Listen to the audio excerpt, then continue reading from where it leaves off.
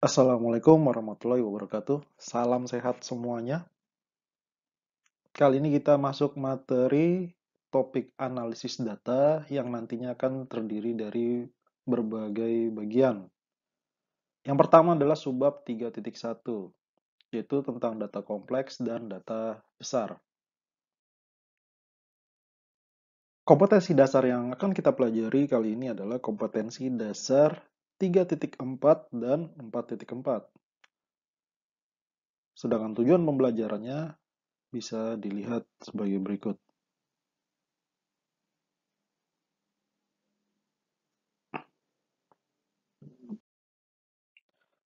Yang pertama adalah tentang data kompleks. Data-data yang kita kumpulkan bisa bersifat kompleks. Artinya adalah data yang terdiri dari beberapa elemen yang saling berhubungan. Misalnya data siswa di SMA Negeri 2 Balikpapan itu berisi informasi tentang nama, alamat, tanggal lahir, umur, alamat, jenis kelamin, tinggi badan, dan sebagainya. Data tersebut dapat dipecah berdasarkan elemen-elemennya untuk memperoleh data yang lebih sederhana. Misalnya, data siswa tersebut kita pecah lagi menjadi data nama siswa, data umur siswa, data jenis kelamin siswa, dan data tinggi siswa.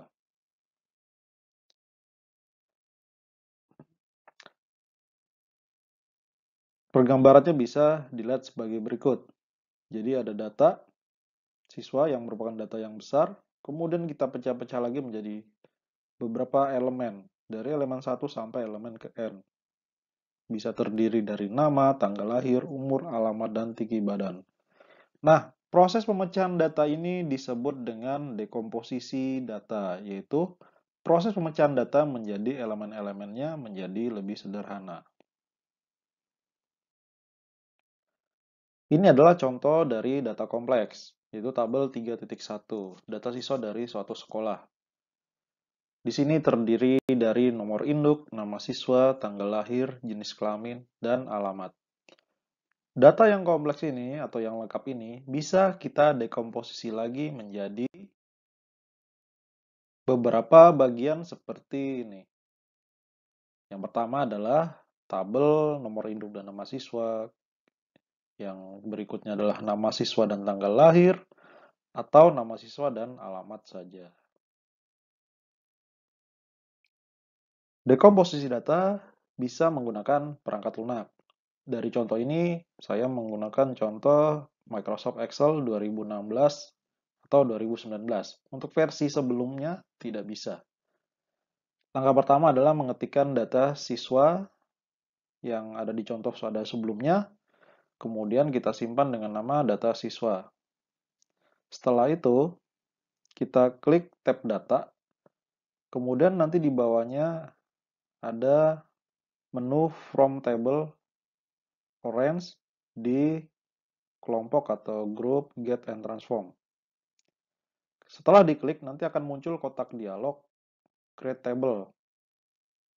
Periksa kembali range table yang akan diolah. Nah, di sini kita akan menyeleksi data siswa ini dari data yang paling pertama sampai yang paling terakhir. Kalau sudah, nanti kita klik tombol OK.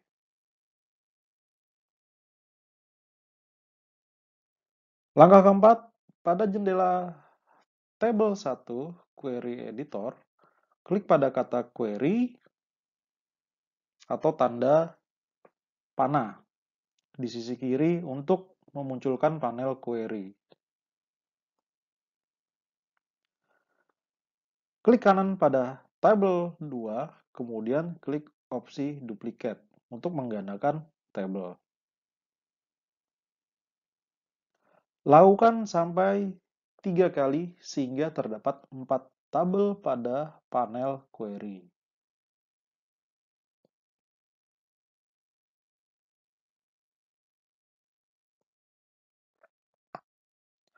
Langkah kelima, klik tabel 1 pada panel query, kemudian klik icon choose column pada group manager column. Kemudian pada kotak dialog choose column, Klik kotak untuk menghilangkan tanda checklist pada kolom tanggal lahir, jenis kelamin, dan alamat. Sehingga yang tersisa hanyalah nomor induk dan nama siswa. Tampilan tabel 1 akan hanya menyisakan kolom nomor induk dan nama siswa. Langkah berikutnya, kembali ke menu query, kita pilih tabel berikutnya yaitu tabel 1 dalam kurung 2. Kemudian lakukan seperti langkah 5 sebelumnya dengan hanya memberi tanda checklist pada nama siswa dan tanggal lahir. Ulangi langkah yang sama untuk tabel 1.3 dengan hanya memberi tanda checklist pada nama siswa dan jenis kelamin. Dan yang terakhir, pada tabel 1.4 hanya memberi tanda checklist pada nama siswa dan alamat. Pada gambar ini adalah contoh hasil dari checklist yang hanya diberi checklist pada nama siswa dan alamat.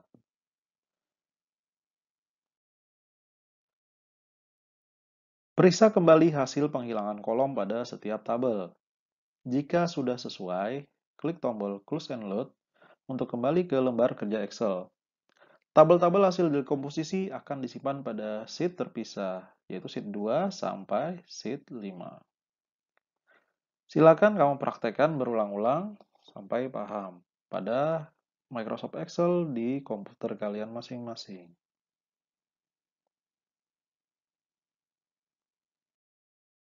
Yang berikutnya adalah Big Data atau data besar. Big Data adalah data yang terlalu banyak dan besar untuk diatur dalam basis data yang masih tradisional. Dengan kata lain, Big Data itu cukup besar sehingga membutuhkan infrastruktur awan atau cloud computing untuk menyimpan lalu mendistribusikannya ke basis data agar dapat diatur dan digunakan. Bentuknya beragam, seperti berupa teks saja, ataupun gambar, video, koordinat lokasi, dan masih banyak lagi. Saat ini banyak sekali alat yang bisa menjadi sumber big data. Dari mana saja big data berasal? Yang pertama adalah sensor. Contoh sensor diantaranya adalah CCTV, GPS, pengukur langkah kaki, detektor panas, dan masih banyak lagi. Ada banyak sensor yang harganya cukup terjangkau dan berukuran kecil, sehingga bisa diaplikasikan dalam alat-alat di kehidupan sehari-hari. Misalnya, kacamata dengan kamera rahasia atau pen recorder. Karena itu, sensor akan menjadi salah satu faktor utama dalam perkembangan big data beberapa tahun ke depan. Kedua adalah data mesin. Data mesin adalah data yang diproduksi oleh mesin.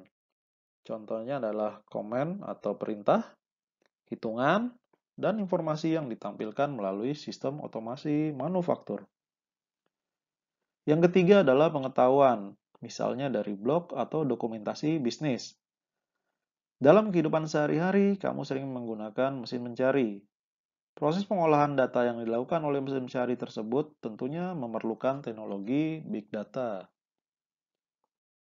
Yang keempat adalah size dan kesehatan, yaitu data yang diproduksi oleh instrumen saintifik dan peralatan medis. Misalnya dari jaringan pengawas cuaca otomatis, satelit, atau alat kesehatan seperti pemindai jaringan kanker. Yang kelima adalah media. Data bisa memiliki nilai artistik, hiburan, sosial, atau informatif dari konten-konten yang dibagikan oleh orang-orang. Misalnya berupa gambar, video, tulisan, podcast, dan lain sebagainya. Yang keenam adalah antarmuka pengguna dari aplikasi. Contohnya adalah aplikasi media sosial atau aplikasi yang lain yang bisa memproduksi begitu banyak input data. Setiap klik atau aktivitas apapun yang dilakukan oleh pengguna aplikasi tersebut berpotensi menjadi data. Yang berikutnya adalah transaksi. Transaksi berupa transaksi komersil seperti pembelian melalui e-commerce atau bursa saham. Berikutnya adalah komunikasi. Contohnya adalah email, chat, dan komunikasi lain di media sosial seperti aplikasi WhatsApp maupun Telegram dan lain sebagainya. Yang terakhir adalah data turunan, yaitu data yang dihitung atau diinterpretasikan dari data lain. Contohnya adalah metrik marketing seperti keterlibatan merek yang dihitung menggunakan data dari media sosial.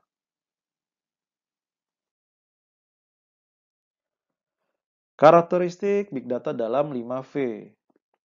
Yang pertama adalah volume, yaitu menunjukkan besarnya data yang diperoleh dari berbagai sumber.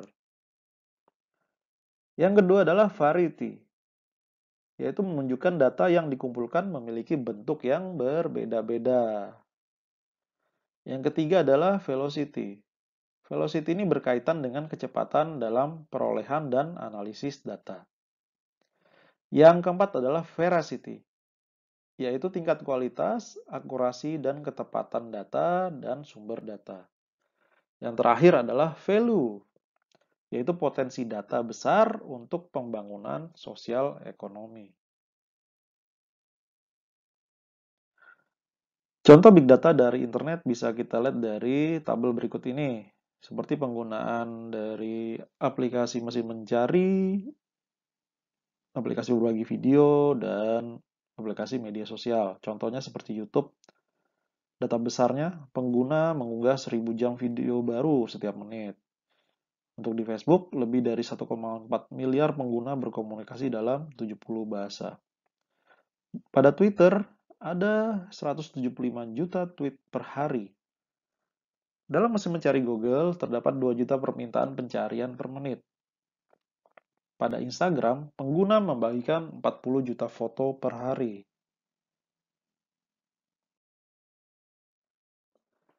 Contoh penggunaan Big Data oleh berbagai perusahaan dan instansi.